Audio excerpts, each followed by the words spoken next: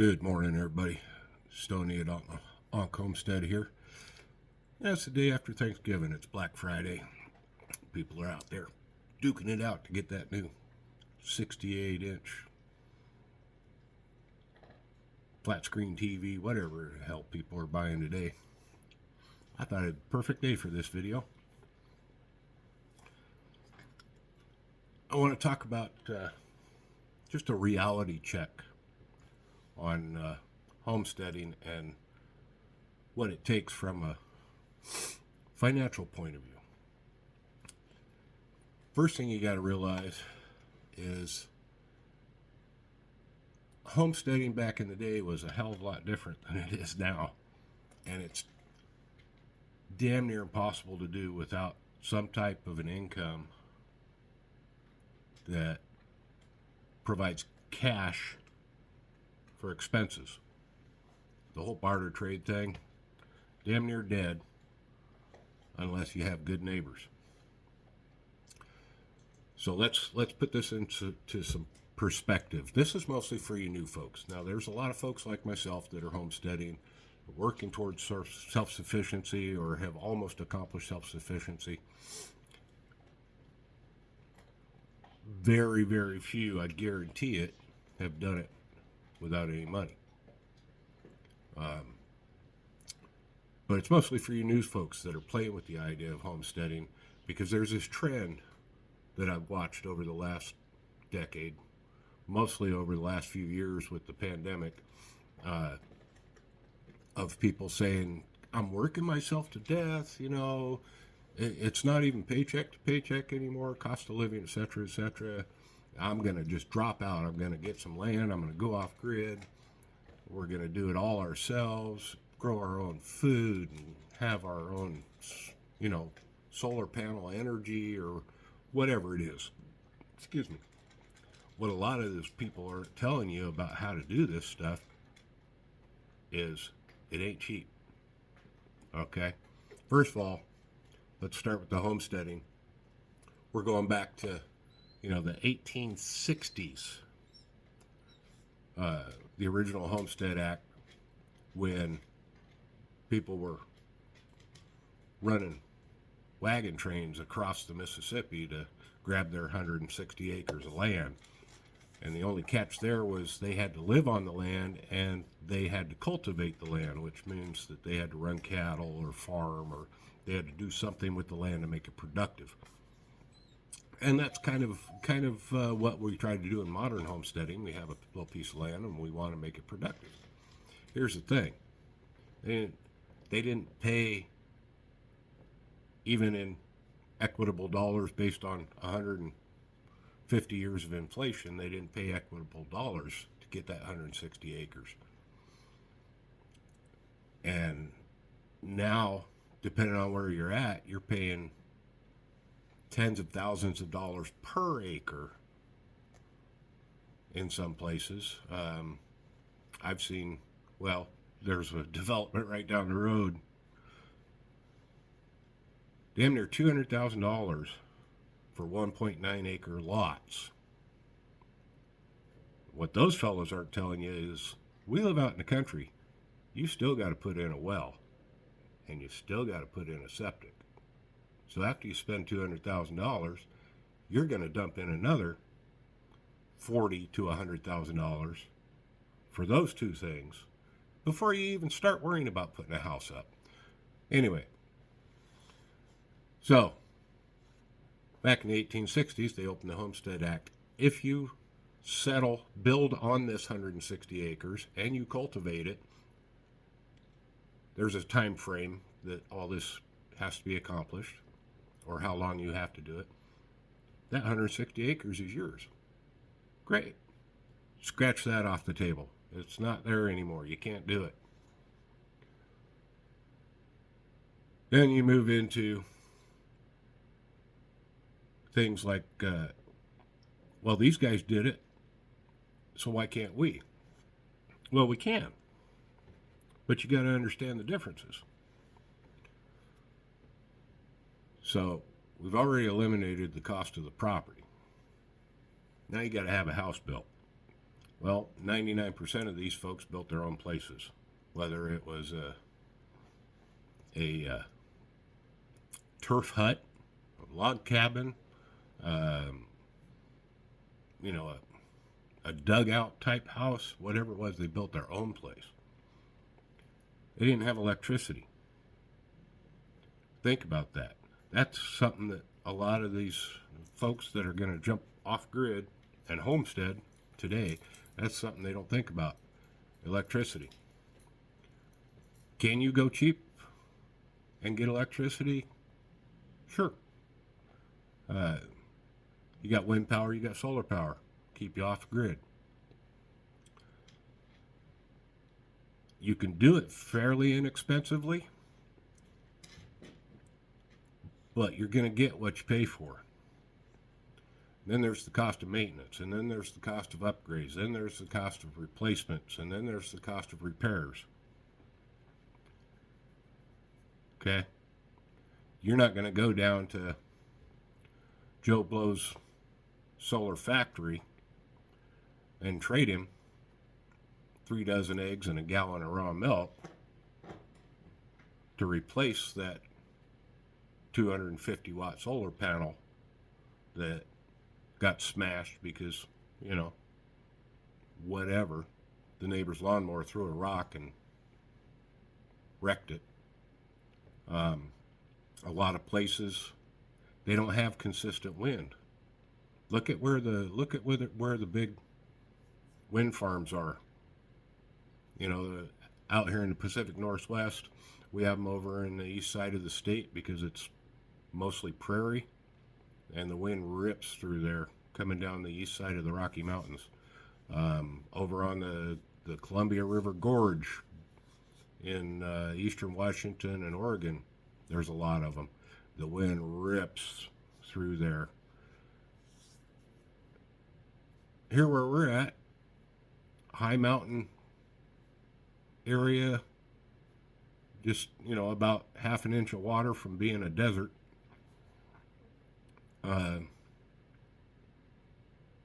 I could put up 15 windmills.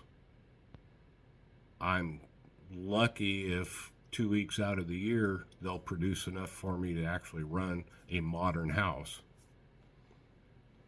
But you got to buy those windmills, and then you got to keep them maintained, and then you got to repair them, and then possibly replace them. Those guys didn't have electricity. So not only do you need to learn about the expenses of having electricity and everything that's involved in it, you need to figure out, how did those guys do it? So up until, back in the 30s, the big migration kind of ended. They did away with the Homesteading Act in the 70s, I think it was. Just after the big back to the land movement hit. And it's nothing new. It's a cycle with a new name. So these folks lived on 160 acres of property that they didn't have to pay for as long as they developed that land and cultivated it. Cultivated it. That was one of the key terms. Not develop, cultivate. Second thing, they didn't have electricity. So they didn't have all the expenses involved with anything to do with electricity. They didn't have appliances that they had to buy, maintain, repair, replace. They didn't have light bills. Food preservation and preparation was totally different. It was all wood and coal based. Lots of drying and smoking and, the old root cellar. You had to grow what you could preserve for an entire year because you didn't have a grocery store to run down to. You couldn't run down to, Albertsons or Safeway or Piggly Wiggly or Winn-Dixie and and load up on frozen foods. You need to think about that before you jump in. Speaking of frozen foods, that brings us into the cost of living. I don't know, it was back in the 30s, I think, which is funny because it's right after the Great Migration kind of petered out and they stopped giving away those 160-acre plots. Bureau of Labor and Statistics, federal government, started keeping track of the cost of living. And they kept track of what people were spending their money on and used that to adjust their cost of living based on the price of groups of items, okay? I'm going to read this to you. This is something I found earlier.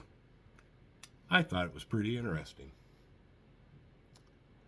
First we got to find it, right? Where did it go? As the Bureau of Labor Statistics itself concedes, the Consumer Price Index is often faulted for not reflecting the experience of some population groups. Also, this is what I want you to hear. The list of items that consumers spend their money on can lag behind what they're actually buying, right here, especially as hot new products come on the market. Why is that important, Stone? Well, I'll tell you why. The reason that's important is what they're keeping track of for the cost of living is everything you're spending money on in groups, not very specific items, but in groups. But they're not considering trends of hot new items when they enter market. Here's the thing. Back in 1860, when someone handed that pioneer 160 acres of land so long as he could cultivate that land, they didn't have hot new items to run down to the store and buy on Black Friday, getting into fights with other people so that they could have that big screen plasma TV. What they had back then was a need to cultivate to survive, and if they had extra, they could use that on what they considered luxuries, which would be things like pre-made beeswax candles as opposed to, the oil lamp that was burning rendered tallow. Okay? Labor and Statistics, or the Bureau of Labor Statistics, is keeping track of things like televisions, frozen food, which is where my segue came from. They didn't have frozen foods back then unless they left it out in the snowbank. You couldn't run down to the Super One or grocery store and stock up on Marie Callender chicken pot pies and stash them until you felt like having a chicken pot pie. Do you get that? Everything today involved in homesteading is impacted by the expenses, because expenses today are all measured by dollars. This is why I'm always hammering about barter and trade, developing skill banks where things like electric work and plumbing and milling of lumber and cobbling shoes are valuable trade items, okay? There's no money involved. There's no money involved there. But with the modern mindset in America, everything's based on consumer price index, Inflation is impacted by profits and trends. Period. You're not going to get your house, your 160 acres. You're not going to get your 1 acre for free unless you've got some kind of good deal going. You're not going to get your house for free unless you can raw mill your own lumber, frame that house yourself, finish it yourself, unless you can do all that yourself. And then you got to talk about the dirt work, and then you got to talk about the regulations for things like septic or sewer connections and well water or water treatment. All of these things have a significant impact. This is what you guys need to think about. You're not going to run out and go, yay, I'm homesteading and I beat the bank. I don't have to worry about the paycheck to paycheck anymore. It's not true. You're going to have to work your ass off. And if you're smart, you'll do it while you're having an income. The number one, and I'll challenge anybody to argue this with me, the number one difference between the folks back in the 1860s and 70s settling those 160 acre parcels and you guys,